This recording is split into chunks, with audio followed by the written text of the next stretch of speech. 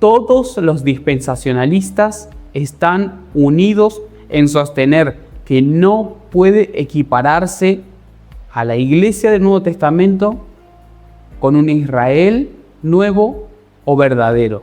Todos los dispensacionalistas creen lo que les acabo de presentar. La iglesia e Israel no son lo mismo y van separados. Según la confesión entonces de los propios dispensacionalistas académicos, este sistema teológico tiene como uno de sus fundamentos que no puede ser quitado sin destruir el dispensacionalismo, la separación entre Israel y la iglesia. De manera que si se refuta la separación entre Israel y la iglesia, se refuta el dispensacionalismo. Y así procedemos a avanzar hacia el punto 2, donde vamos a ver la perspectiva reformada y qué dice la Biblia sobre el Israel de Dios, si se trata de algo étnico o va más allá de eso. Romanos capítulo 9, versículo 6 debería ya terminar con toda discusión. No todos los que descienden de Israel son israelitas. La Biblia es clara cuando habla al respecto. No todos los que tienen sangre de Israel, es decir, no tienen un ADN judío, son verdaderos judíos o verdaderos israelitas, diría la Escritura. La teología reformada afirma que las promesas nunca descansaron en la sangre ni en la etnia, sino en el pacto divino, en la elección soberana de Dios y en la fe. Y atención a este punto, porque de nuevo se refuta claramente al dispensacionalismo. Si la promesa hubiese sido meramente carnal, Ismael también habría sido contado como heredero de la promesa hecha a Abraham. Abraham tuvo a Ismael y a Isaac, pero Ismael no fue heredero de la promesa, sino Isaac, pero Ismael era hijo de Abraham, sin embargo, hijo en la carne, pero no hijo de la promesa. Entonces, la vida de Abraham, la vida de Isaac e Ismael y la vida de Jacob y Esaú demuestran que desde el principio del pacto de Dios con los hombres, se dejó establecido que su pueblo no se define por genealogía natural, sino por pertenencia. Y como dijimos anteriormente, pertenencia al pacto, elección de Dios y por la fe. Entonces, después de la liberación del pueblo de Egipto, ¿se acuerdan que avanza el tiempo? José gana el favor de los egipcios. Los hebreos se instalan junto con los egipcios, pero pasa el tiempo, el nuevo faraón ya no conoce a José ni a sus descendientes, sus familiares, ni al pueblo hebreo y los esclaviza. Después son liberados. Pero ¿qué pasó con la promesa hecha de Dios? Son liberados y miren lo que dice la Biblia. Éxodo 12, 48 al 49. Revisen en sus casas. Se permite que en la liberación, en el pueblo hebreo saliendo de Egipto, se puedan unir otros pueblos a ellos. Entonces, después de la liberación de Israel, de la esclavitud de los egipcios, Dios estableció una ley para incorporar a los gentiles que creían en el Dios de los hebreos. Esos creyentes que salían del paganismo eran considerados verdaderos israelitas por la fe y entraban al pacto mediante la circuncisión.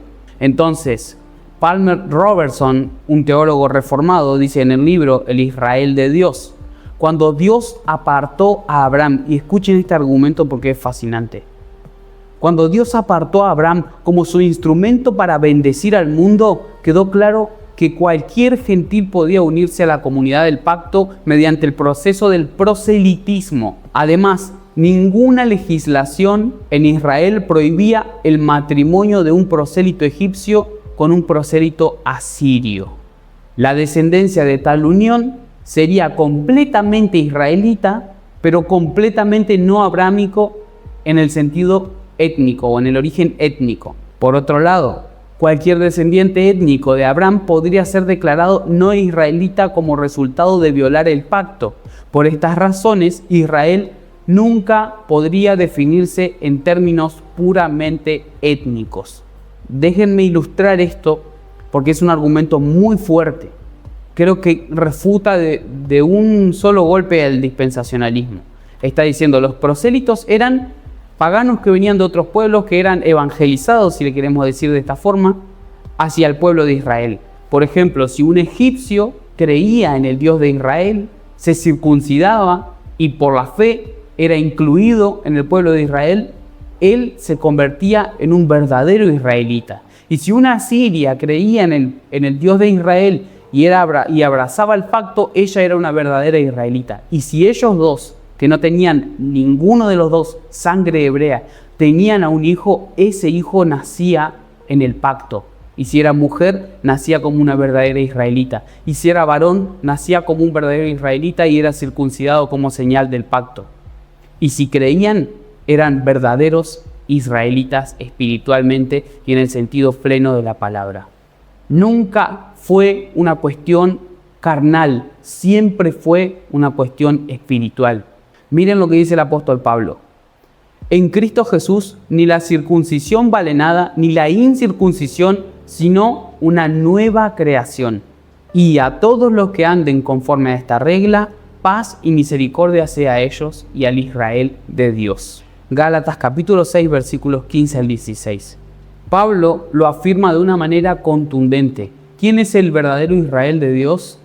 Es Cristo, y todos los que están en Él, que son nuevas criaturas, se manifiestan, y los que andan conforme a los pasos de Cristo son aquellos que se manifiestan como el verdadero Israel de Dios. Dice Shelton Jr., los creyentes, hijos de Dios por el nuevo nacimiento, son el verdadero Israel de Dios. Y que solo ellos, al día de hoy, son pueblo escogido de Dios sobre la tierra y son los actuales herederos de las promesas hechas a Abraham y su simiente en Cristo. Dios no desechó a Israel y la iglesia no lo reemplazó, sino que se cumplió la tipología. Cristo es el verdadero Israel de Dios manifestado en la iglesia. Y esto es muy importante porque muchas veces los dispensacionalistas acusan a los reformados de tener una teología del reemplazo, dicen ellos. El pueblo de Dios, la nación de Israel, el linaje de Israel, siguen siendo un pueblo con profecías aún por cumplirse sobre ellos para el tiempo del fin. Mientras que hay otros que dicen que la iglesia ha reemplazado a Israel. Pero lo que enseña la teología reformada es que el Israel de Dios y la iglesia tienen una unidad orgánica, siendo el mismo ente, el mismo ser, el mismo cuerpo. La palabra de Dios dice lo siguiente: ahora bien, a Abraham fueron hechas las promesas y a su simiente. No dice y a las simientes, como si hablase de muchos, sino como de uno, y a tu simiente, la cual es Cristo. Ellos dicen que Dios hizo promesas, los dispensacionalistas dicen que Dios hizo promesas a Israel que deben cumplirse terrenalmente. Pero la palabra de Dios dice que las promesas fueron hechas a Cristo. Y todos los que están en Cristo reciben el cumplimiento de aquellas promesas, porque Cristo es el sí y el amén. Y en Él se cumplen todas las promesas que Dios ha realizado a Abraham y todas las promesas que ha realizado en la palabra de Dios. William Hendrickson lo resume de una manera muy simple en su comentario a los Gálatas. Dice: el Israel de Dios está conformado por judíos y gentiles. De manera que el Israel de Dios son todos aquellos que creen en Cristo y han sido regenerados por el poder del Espíritu Santo.